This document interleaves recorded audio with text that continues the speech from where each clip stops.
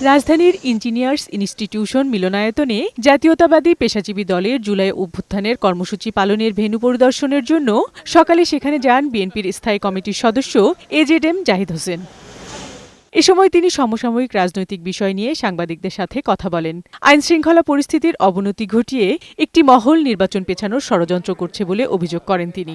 সব ষড়যন্ত্র মোকাবেলা করেই ফেব্রুয়ারিতে জাতীয় সংসদ নির্বাচনের বিষয়ে আশাবাদ ব্যক্ত করেন বিএনপির সিনিয়র এই নেতা।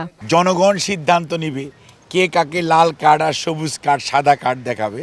এইটি ওই কে বলল তার কথায় বাংলাদেশ জাতীয়তাবাদী দলের আদৌ সমালোচনা করার কোনো আলোচনা করার প্রয়োজন আমরা অনুভব করি না।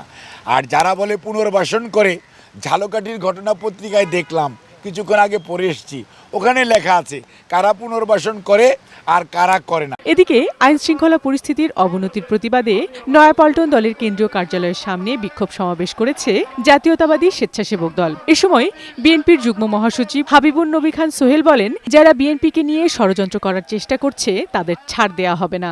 এটি নিছক একটি দুর্ঘটনা নয়, এদিকে বিএনপির বিরুদ্ধে একটি সাজানো গোছানো চক্রান্ত ছাড়ার কিছুই নয়। অন্যদিকে রাজধানীর একটি হোটেলে ব্যবসায়ীদের সাথে বৈঠক করেন দলের স্থায়ী কমিটির সদস্য আমির খসরু মাহমুদ চৌধুরী। এ সময় তিনি বলেন, আমেরিকার শুল্ক আরোপের বিষয়ে দেশের স্বার্থ রক্ষার চেষ্টা করবে বিএনপি। আমরা চাই সরকারকে সমর্থন দিয়ে বিষয়টি সুষ্ঠু সমাধানের মাধ্যমে আমরা এই অবস্থা থেকে যাতে বেরিয়ে আসতে পারি। এখানে সকলের একটা সমন্বিত চেষ্টার একটা ব্যাপার আছে।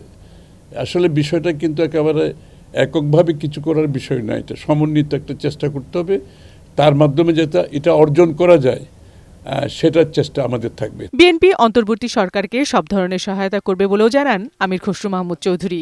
আমরা এই বিষয়ে সরকারকে সহযোগিতা করব। বিউটি সমাদ্দার, বৈশাখী সংবাদ, ঢাকা।